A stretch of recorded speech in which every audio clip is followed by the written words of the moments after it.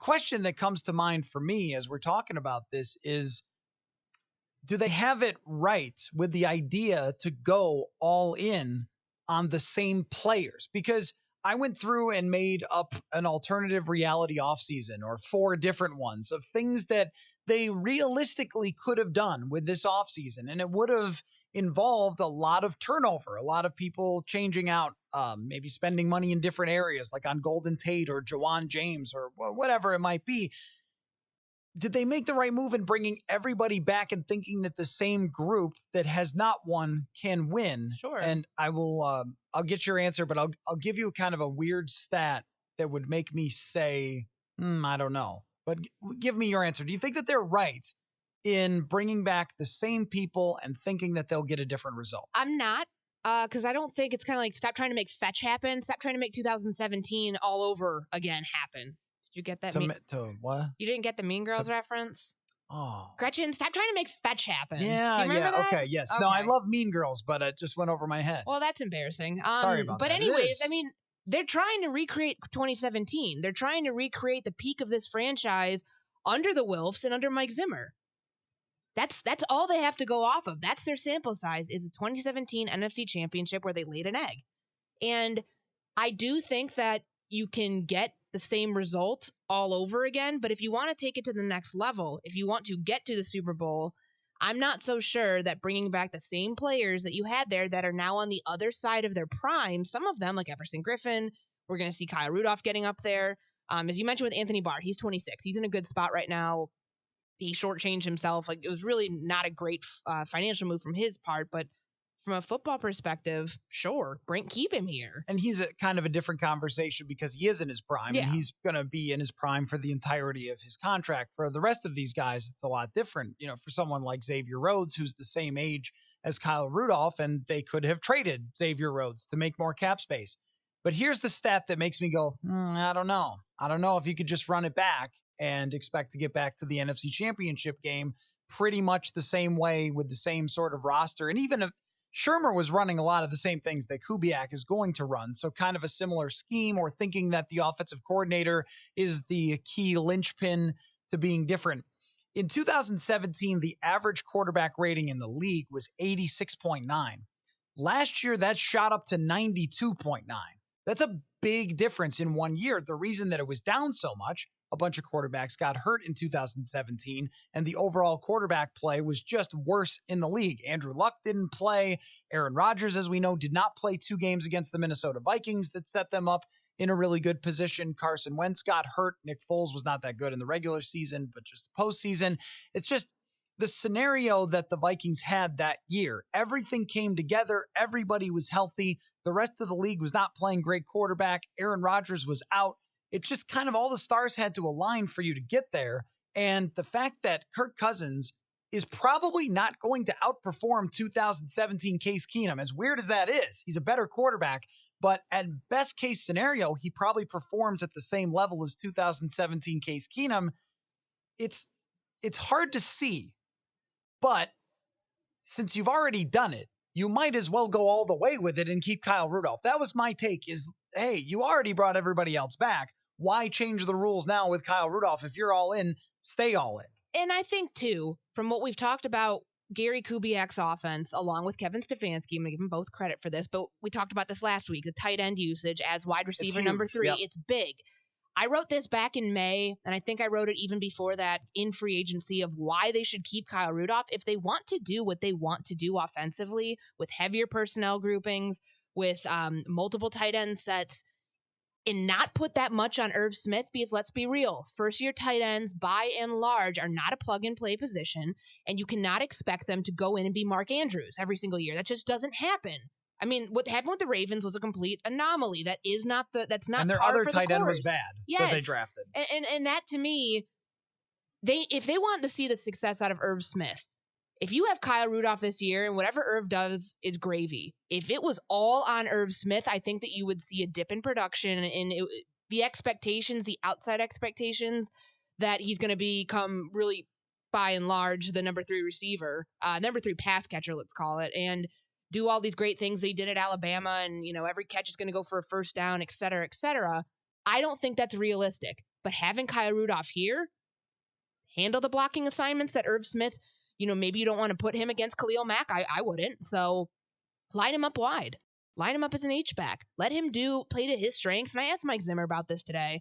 And just how, we saw them experiment with 13 personnel today. So 3 tight ends. Most of them were inline blockers, and that's fine. But if you're going to use 13 personnel in passing situations and heavier packages like that, you have to have guys that are fast, who are athletic, and are able to do that. Is Kyle Rudolph the guy for that? Probably not. But Irv Smith is. So I think to make this offense run as effectively as Kirk Cousins has talked about, with making them more explosive, things like that, you need Kyle Rudolph to make that happen. It has to happen. Let's go to Ben in Florida here on the show. Ben, you're on Purple Daily. What's up?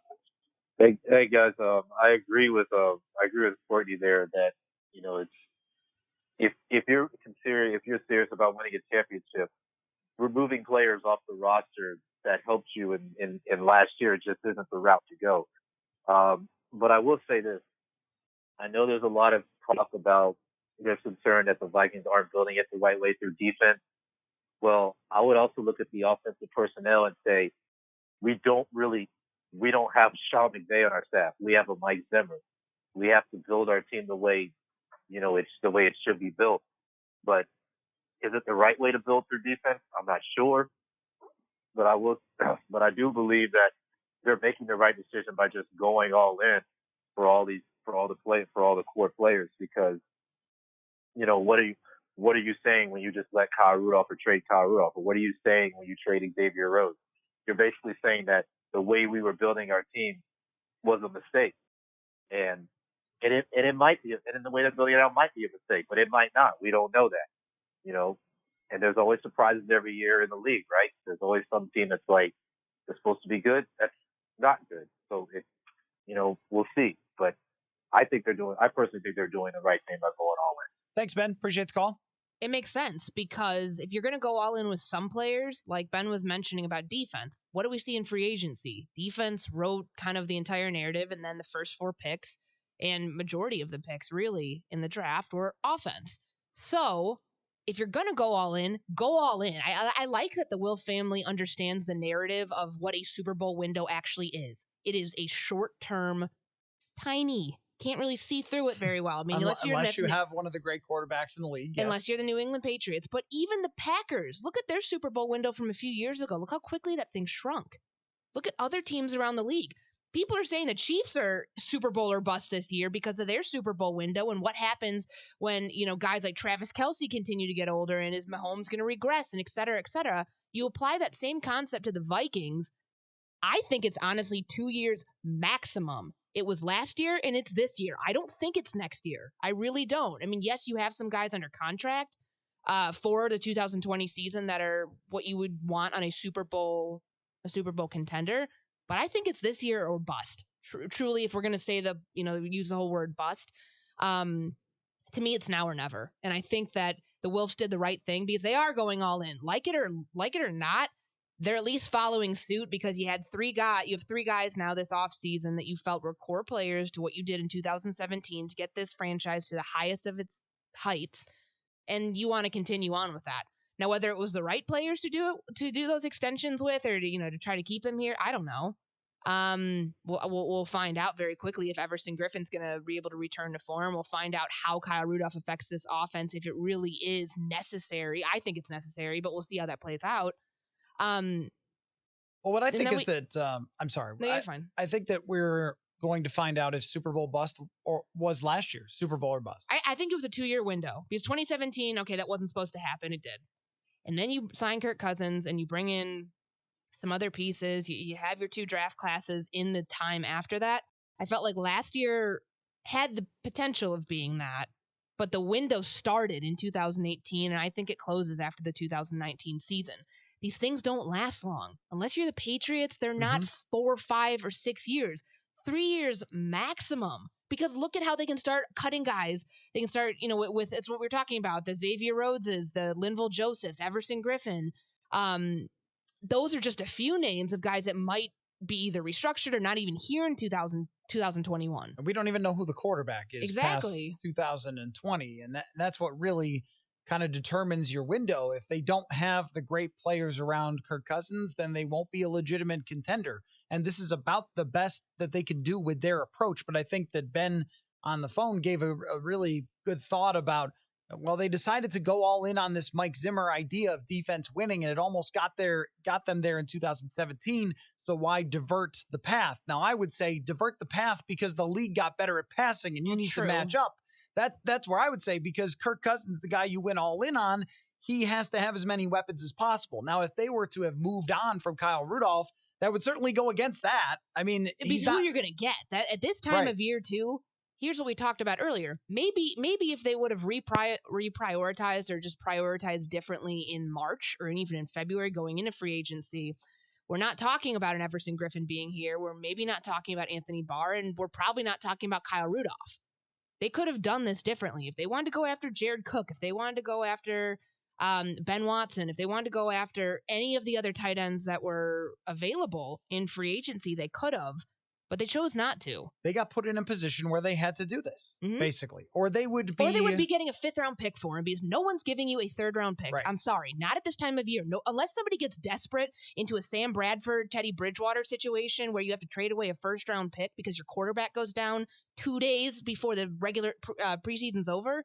Nobody's going to get that desperate. If you're a fan of Godfather 2, then you would know the reference can't be made to look ridiculous. They would have been made to be looking ridiculous if they traded him for a 5th-round pick. Or if they cut him and then he goes somewhere else and he blows up. Absolutely. Because, I mean, they could have cut him and had no penalty. Yep. Yeah, sure. We would have been snarking about that all year. If they cut him and they didn't replace him and Tyler Conklin wasn't good and Irv Smith wasn't good, then we would have been saying, how many receptions does Kyle Rudolph had? Maybe you shouldn't have cut him. And he really is more of if you're looking at this position, he is the surest bet you have on this team. Yeah. You and I both have the vibe that Irv Smith, they don't know. Yep. They don't know if he's going to be great. They don't know if he's going to be this move tight end of the future and mimic what Trey Burton does and what other athletic, big body receiver type tight ends can do. The jury's still out on him, as it should be. He's a rookie. Yep. But Kyle is a sure bet. You can make fun of his blocking. You can make fun of his yards after the catch because they equal about 0 every single game. But you cannot make fun of the fact that he is a consistent producer for this team and what they need within this offense to be able to execute other positions.